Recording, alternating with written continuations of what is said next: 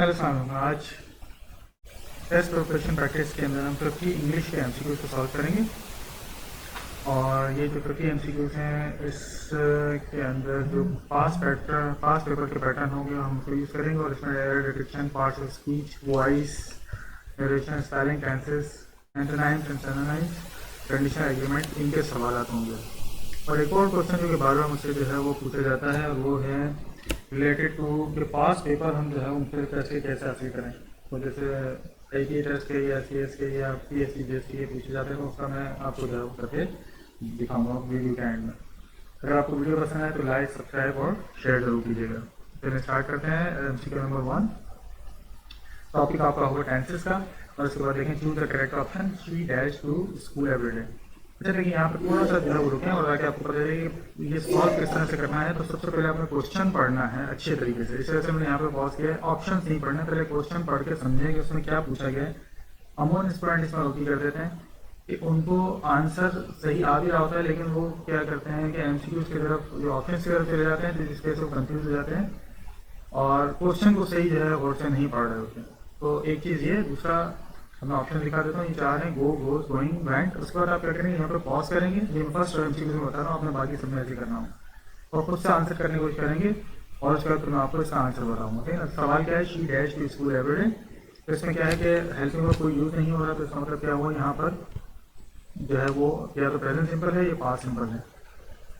Second चीज क्या है कि एवरीडे लगा हुआ है, तो इसका मतलब ये है कि ये रूटीन की बात हो रही है। रूटीन की बात करते हैं तो वो प्रेजेंट सिंपल के अंदर करते हैं। तो इसका मतलब क्या है, आंसर क्या हो जाएगा, यहाँ पर गो या गोज आ सकता है। और इसमें से भी गोज क्यों आएगा, इसके लिए एक्सप्लेनेशन यहाँ पर मौजूद है। वो क्या है कि जब भी हम प्रेजेंट सिंपल के अंदर यूज करते हैं third person singular, third person singular से याद कर लें। जैसे शी, ही, इट या कोई भी सिंगल नाउन अगर होगा तो ये टेक्स, गोज, ये SES का इजाफा करते हैं। आसान अल्फाज में SES IES कहाँ लगता है, यहाँ पर शेन हो। शेन क्या है, शी, ही, इट, ये कोई भी नाउन, सिंगल नाउन होगा। तो इसको इस तरह से याद कर सकते हैं। फिर भी कोई चीज़ क्लियर नहीं हो किसी भी MCQ के हवाले से, तो फिर आप जो है वो मुझे कॉमेंट में मालूम कर सकते हैं। अब हम कोई भी जो है वो MCQ के ऊपर पढ़ेंगे ताकि जो है वो हम कम से कम टाइम लगाएं। MCQ 2 है preposition. Choose the correct preposition is after dash dogs. इसमें जो है वो प्रिपोजिशन आपने लगाना है। तो इसमें क्या है, फ्रॉम, ऑफ, विद और बाय। अगर आपको पता हो कोलोकेशंस कुछ होते हैं प्रिपोजिशन में, उनका हमेशा कॉम्बिनेशन इसी तरह से बनता है। जैसे यहाँ पर क्या होगा, आफ्टर ऑफ। आपने देखा होगा अकॉर्डिंग के साथ हमेशा टू लगता है, कुछ और नहीं लग सकता। इसी तरह से करके ऑपरेट के साथ ही ऑफ लगे। जैसे फिक्स कोलोकेशन, ये फिक्स कोलोकेशन कहलाता है। Use to show clear. Clear, इनको ऐसे ऐसे याद करना पड़ेगा आपको। MCQ नंबर 3 की तरफ आते हैं। टॉपिक इसका आपका है आर्टिकल्स। और choose the correct article. She bought dash umbrella. Articles क्या होते हैं, आ, एन, दा या दी, जो हो गया। तो इसमें क्या लगेगा, आ लगेगा, एन लगेगा, दा या दी, या नो आर्टिकल। मैं पॉज करें, ट्राई करें, कोशिश करें समझने की, उसके बाद आंसर करें। मैं आंसर कर रहा हूँ यहाँ पर। आंसर इसका बी है। एन लगे और क्यों लगेगा, अम्ब्रेला जो है वो शुरू होता है। अम्ब्रेला जो वर्ड है ना, हमें ये देखना है यहाँ पर साउंड यहाँ पर क्या आ रहा है। जो इनकी वॉवल वर्ड लगा हो तो वॉवल साउंड आना जरूरी है। सो एन इज यूज। जहाँ पर वॉवल साउंड होगा वहाँ पर एन यूज होगा, जहाँ पर कॉन्सोनेंट साउंड होगा वहाँ पर आ यूज होगा। अच्छा, अब यहाँ पर देखें वॉवल है, वर्ड लेटर जो है वो फर्स्ट वॉवल है। जरूरी नहीं है कि यहाँ पर हमेशा एन लगे। जैसे अगर यहाँ पर यूनिवर्सिटी होता है तो यूनिवर्सिटी में जे का साउंड आ रहा है, ना कि अलिफ का या हमजा का। जैसे उर्दू में अलिफ या हमजा का साउंड आता है तो उसको हम वॉवल साउंड कहते हैं। तो यहाँ पर अगर यूनिवर्सिटी होगा तो आ लगेगा। यहाँ पर अम्ब्रेला, अम्ब्रेला, अम्ब्रेला अलिफ से स्टार्ट हो रहा है तो वो आपका जो है वो इस तरह से होगा। अच्छा, अब आगे बढ़ते हैं। इसी तरह से करके अगर यहाँ पे यूरोप होता है तो यूरोप, ई जो है वो स्टार्टिंग साउंड है, वॉवल है, लेकिन ये यूरोप, ये से जो है ना वो साउंड जो है वो अलग आ रहा है। ठीक है, आगे बढ़ते हैं नेक्स्ट MCQ की तरफ। MCQ नंबर 4 है। टॉपिक है voice. To change into passive voice. Passive voice इसको कन्वर्ट करना है। They completed the work. तो कंप्लीटेड लगा हुआ है, इसका मतलब ये हेल्पिंग वर्ब नहीं है, तो ये पास्ट सिंपल है। ठीक है, तो देखते हैं तो आंसर क्या हो सकता है। The work is completed, the work was completed, the work completed, the work is completed. इसको हम देखते हैं। तो इसके अंदर आप कोशिश करें और इसके बाद जो है वो हम इसका आंसर आंसर इसका बी है। और कैसे? द वर्क वॉज कम्प्लीटेड, ये इसमें लिखा हुआ द वर्क वॉज कम्प्लीटेड। क्यों? क्योंकि पास्ट सिंपल है, पास्ट सिंपल एक्टिव के अंदर अगर हम पास्ट सिंपल को पैसिव में कन्वर्ट करेंगे तो वॉज हेल्पिंग में लगेगा और वर्ब की थर्ड फॉर्म, और उसके बाद एज इट इज जो है वो बाकी फॉर्मेट यूज होगा। अगर डिटेल चाहिए इसकी तो मुझे बता दी, मैं एक्टिव स्पेसिफाई से आपको वीडियो जो है वो लिंक सेंड कर दूंगा या नई वीडियो में आपको बना दूंगा। नेक्स्ट पढ़ते हैं एमसीक्यू नंबर 5, एग्रीमेंट। सब जगह एग्रीमेंट की बात हो रही है तो ईच ऑफ द बॉयज लिखा है, प्लूरल है, लेकिन गौर करें ईच जो वर्ड है वो क्या करेगा इसको, आंसर इसका है बी। इज क्यों होगा? क्योंकि जब भी हम ईच को जो हम देखेंगे तो ये क्या है कि सिंगुलर ट्रीट होता है हमेशा, ठीक है ना। सिंगुलर को जो है ना वो रिप्रेजेंट करता है। Each is singular, so it takes regular verb, singular verb होगा जो कि इज है हमारा यहाँ पर, ठीक है ना। तो ये आगे बढ़ते हैं एमसीक्यू नंबर 6, एरर डिटेक्शन की बात करते हैं। Identify the error. He don't like me, अगर आपको शिन याद है तो आपको ये भी याद होगा कि इसके अंदर ही लगा हुआ है और यहाँ पे डोंट है, तो मतलब ये कि ये शिन की कैटेगरी में, और शिन के अंदर हम क्या करते हैं SES का इजाफा करते हैं। आंसर की ट्राई करें, चलिए आंसर देखते हैं ए। ये क्यों होगा? ही रिक्वायर्स डज नॉट, याद है शिन SHIN शिन, तो उसमें क्या होगा कि SES का इजाफा करेंगे तो यहाँ पर अगर हम पहले तो यहाँ पर तो ही लाइक्स थी, नेगेटिव में एस यहाँ से हटके यहाँ पर लग जाता है, he does not like you, he doesn't like you, ये इसमें लिखा हुआ है।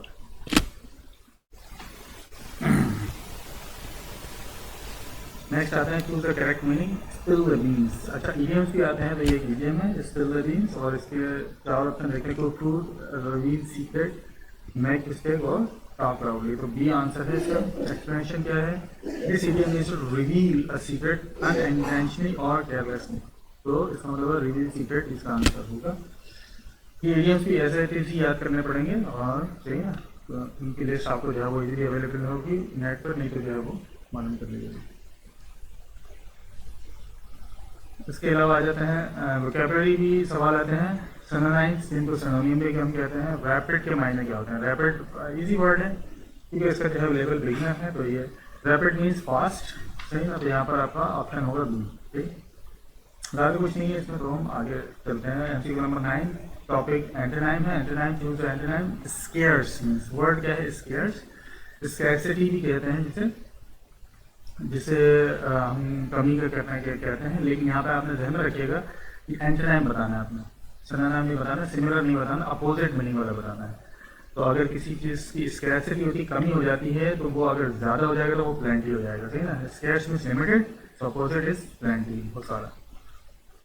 नंबर 10 की तरफ आते हैं। इसमें डिटेक्शन करनी है। Identify the error, she did not went there, did और वेंट ध्यान में रखिएगा, दोनों यूज हो रहे हैं, तो इसको हमें करेक्ट करना होगा। डिड भी वर्ब की सेकंड फॉर्म है, और वेंट ध्यान में रखिएगा, वर्ब की दो जगह पर एक सेंटेंस में सेकंड फॉर्म यूज नहीं हो सकती।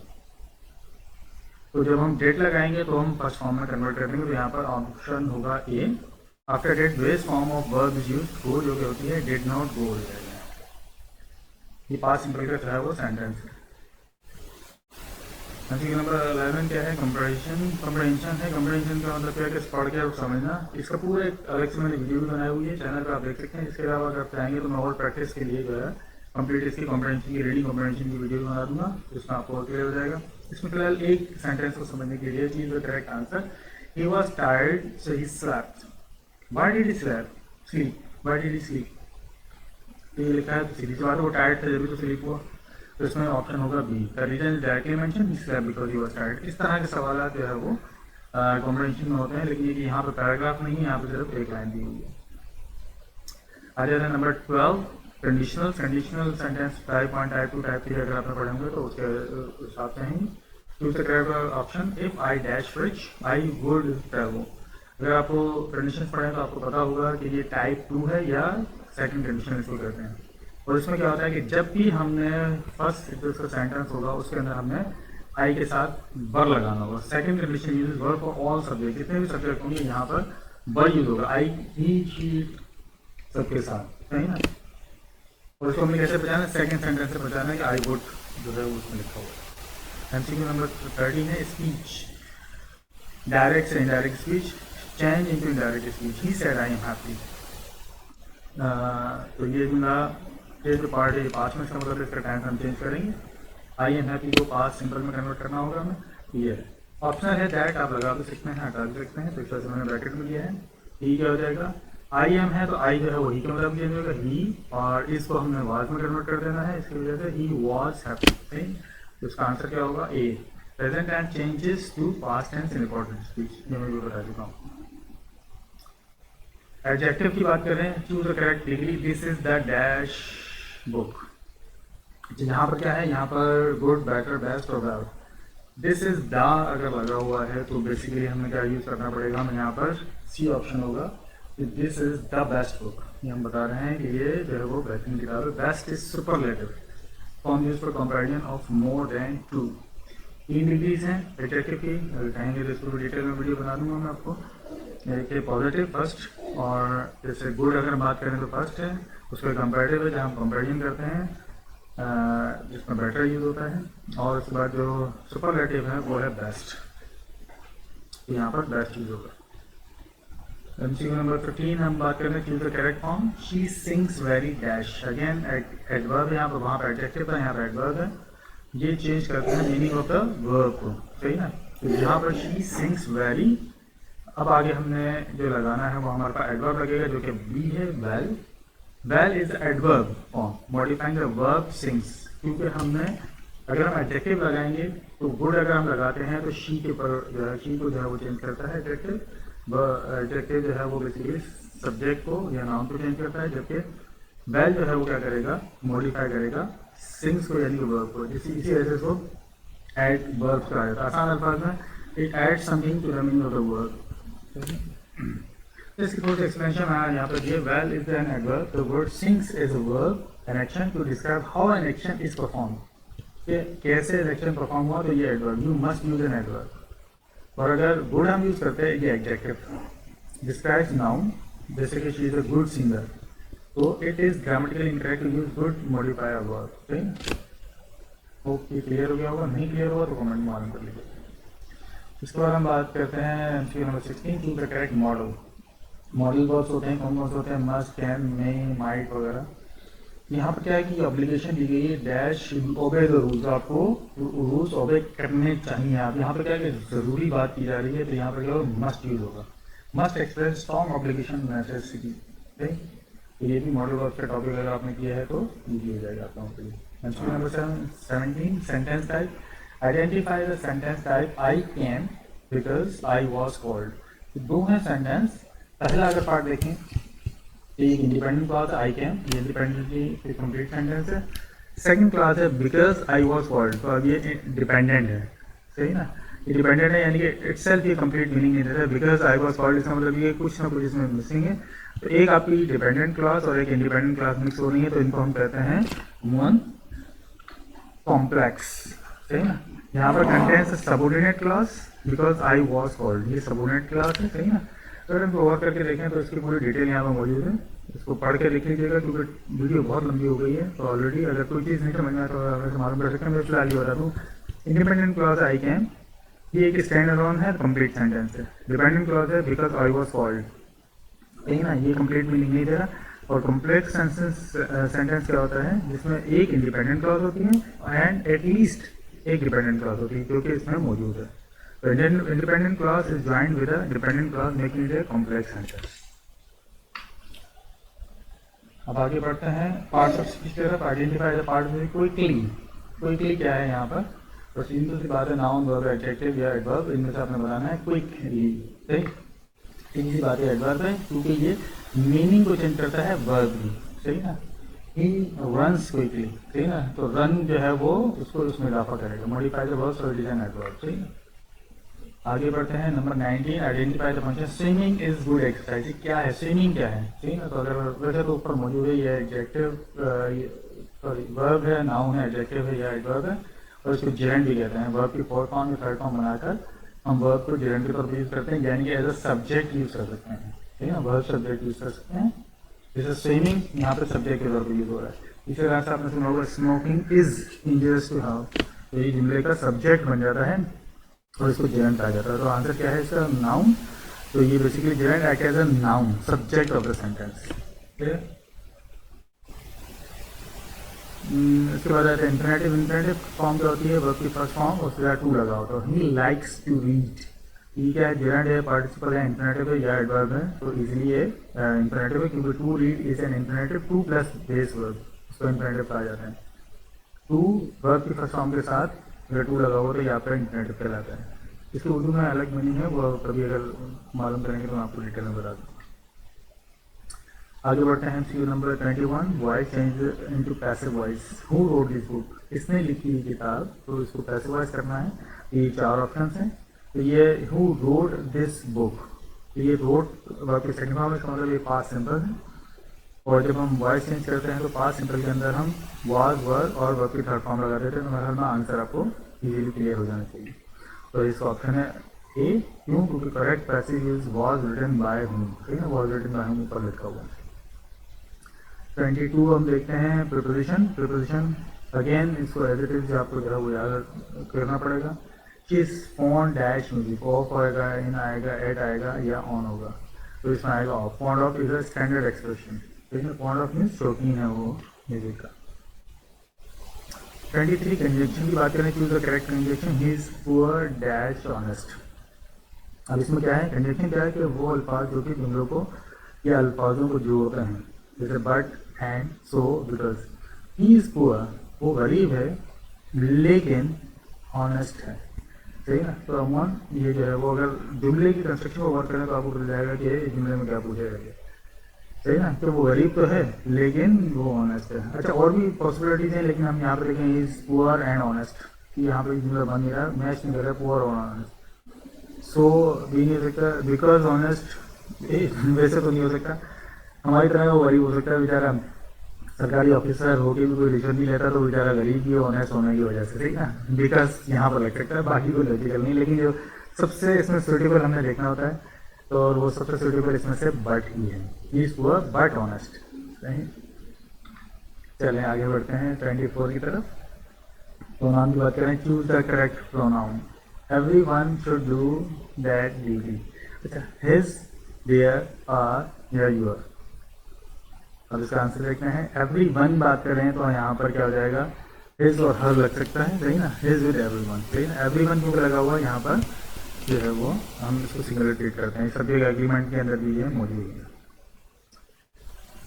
नंबर 25 देखते हैं, choose the correct form, he is senior than me. Choose the correct form, correction इसमें आपने करनी है। तो यहाँ पर क्या हो जाएगा, सीनियर टू मी है, senior from me, senior over me और नॉट ओवर। तो आंसर देखें, ए है senior is followed by to, not than, ठीक है, ही सीनियर टू मी, ठीक। तो यहाँ पर देन जो है वो टू से रिप्लेस होगा। ईडीएम की बात करें, hit the nail on the head means, इसके मायने क्या होता है, miss point, exactly right, work hard, make noise. Answer try करें, तो इसका आंसर है exactly right means saying something exactly correct. Hit the nail on the head, यानी कि जो स्कील होती है ना उसके ऊपर बिल्कुल जो टोपी उसकी बनी होती है उसके ऊपर आपने हिट किया तो वो सही आपने बिल्कुल जो है वो हिट किया है। तो एग्जैक्टली करेक्ट जब आप कुछ करते हैं तो इसके हवाले से इससे सिमिलर जो है ये बनता है। आगे बढ़ते हैं नंबर 27, एंटोनिम है, चूज द एंटोनियम या antonym. Ancient means, ancient means क्या होता है, कदीम, तो आसान है, लेकिन ध्यान में रखिएगा आपने इसका एंटोनिम बताना है, यानी इसका एंटी बताना है, अपोजिट बताना है। जो हम इसमें गलती करते हैं कि मीनिंग पता भी होती है तो वो उसको उलट कर देते हैं, सही ना, उसको जो बताना होता है सिमिलर बता देते हैं, सही ना। इसमें आपने अपोजिट बताना है। अपोजिट इसका है मॉडर्न, सही, कुछ हिस्टोरी के ओल्ड करके भी उसको गलत करते हैं। Modern is opposite of ancient. Number 28 है one word substitution. One who rights poems, जो पोम्स लिखता है उसको क्या कहते हैं, राइटर कहते हैं, पोइट कहते हैं, ऑथर कहते हैं, एडिटर कहते हैं। मोस्ट अप्रोप्रिएट क्या होगा, पोइट होगा, और पोइट स्पेसिफिकली शायर जो है वो पोम्स लिखता है। नंबर 29, स्पेलिंग की बात करें, कौन सी स्पेलिंग में से सही है, इसमें CIE है, CEI है, CID है, CEE। तो आंसर इसका है सेकंड, डी।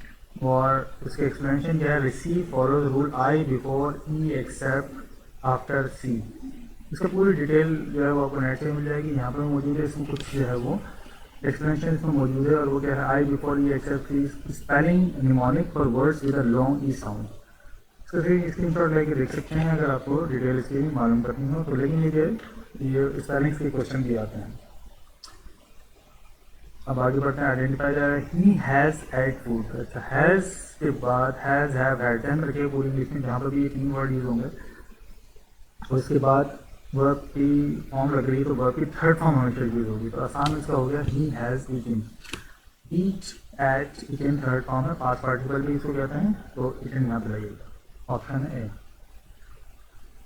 नेक्स्ट देखते हैं 31, choose the correct form. They dash flying. Tenses की बात है तो दे के बाद आर लगेगा, ये बार लग सकता है, ये विल भी लग सकता है। इसमें सिर्फ आर मौजूद है तो ये इसका आंसर होगा। प्लूरल सब्जेक्ट है दे तो उससे आर लगेगा। 32 है articles. This is dash interesting story. अच्छा, अब यहाँ पर आर्टिकल लगाना आ एन द ये भी सही ना, तो यहाँ पर कोई आर्टिकल यूज नहीं होगा। तो अब देखें, अच्छा यहाँ पर इंटरेस्टिंग है, आई से स्टार्ट हो रहा है, ये भी हमें देखना है सही ना। तो इसका आंसर क्या होगा? आंसर इसका बी, तो एन लगेगा। आई से स्टार्ट हो रहा है, interesting start with all sound और यहाँ पर एन इंटरेस्टिंग स्टोरी होगा, ठीक है।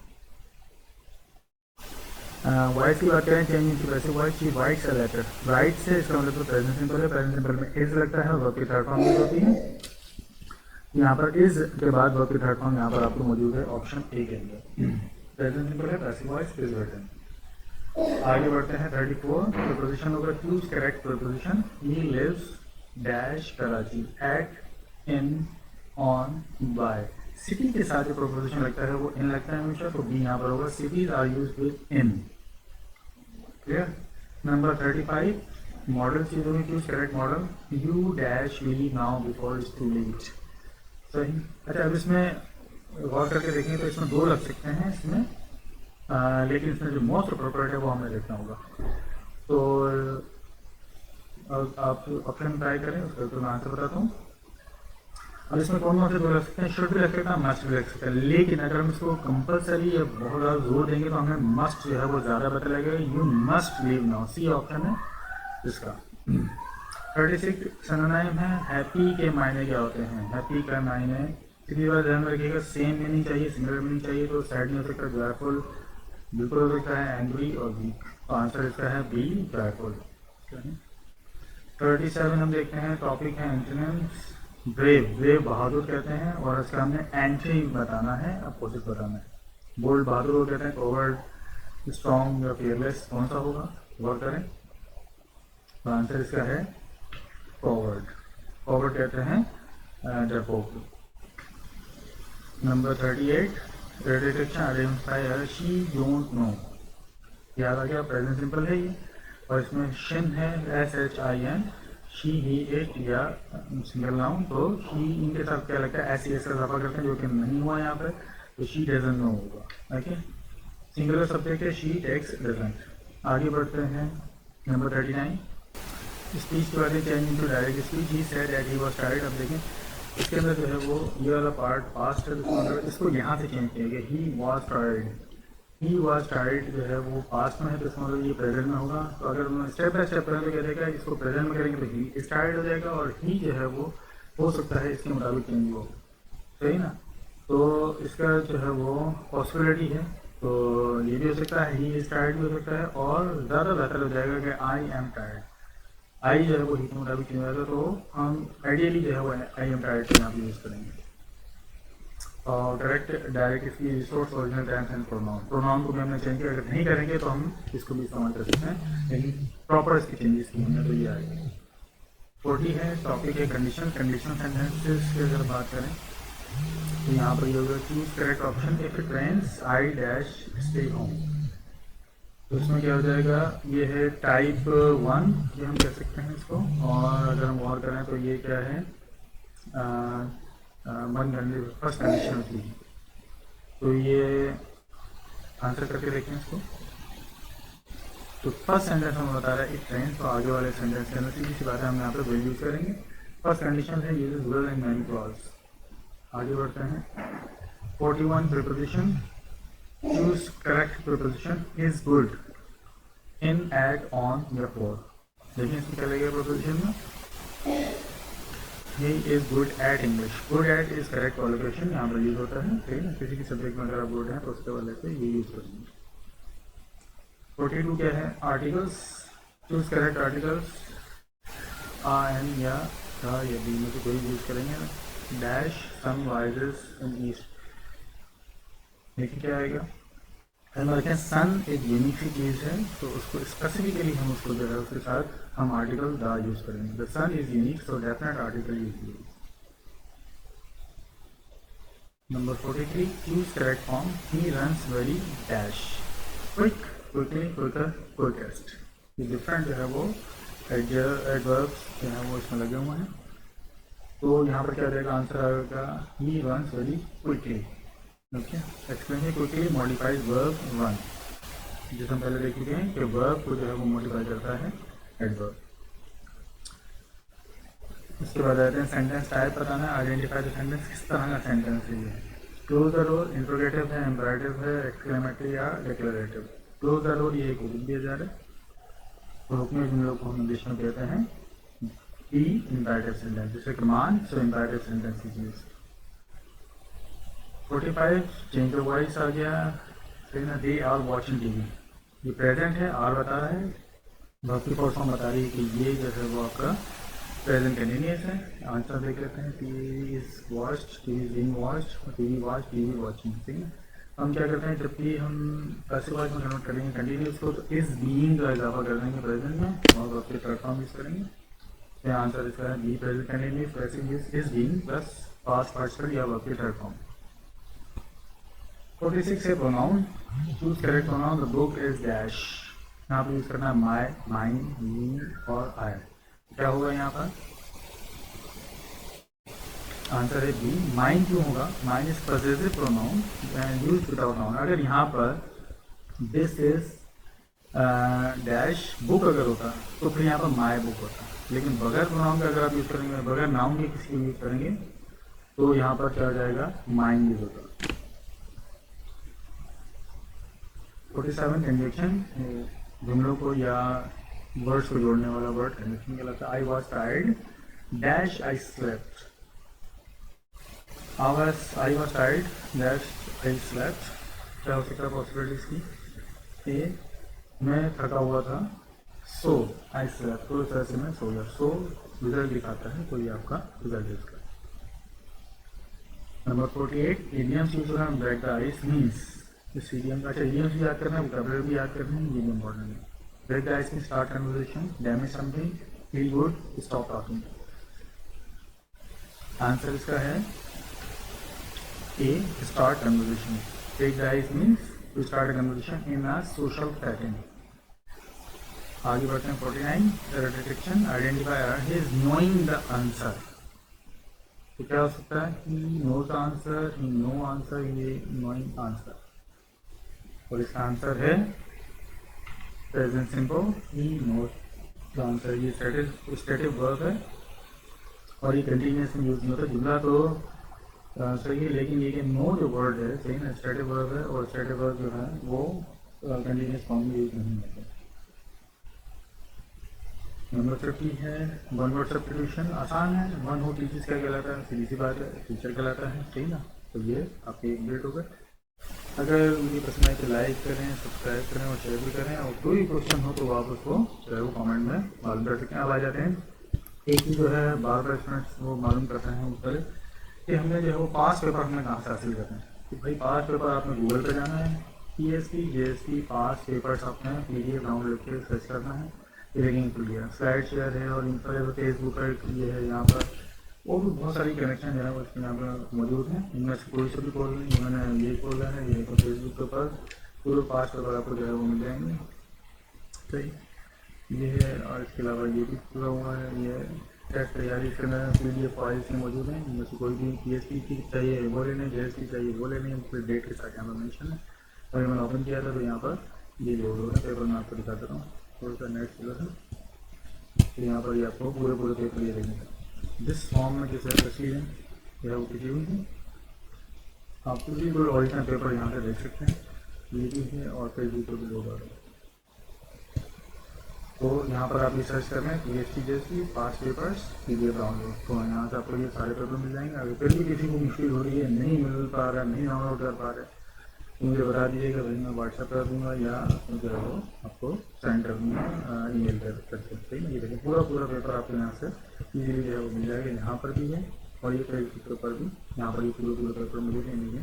पार्ट ये साइंस का, ये सारे पेपर्स आपको यहाँ से मिल जाएंगे, तो आप चाहें तो इजीली इनको जो है वो यहाँ से डाउनलोड कर सकते हैं। होप ये क्लियर हो गया होगा। और फिर भी अगर कुछ क्वेश्चंस अगर आप करना चाहें, कोई मालूम करना चाहें तो कमेंट में जो है वो मेंशन कर दीजिएगा, मैं आपको आंसर कर दूँगा। Thank you much.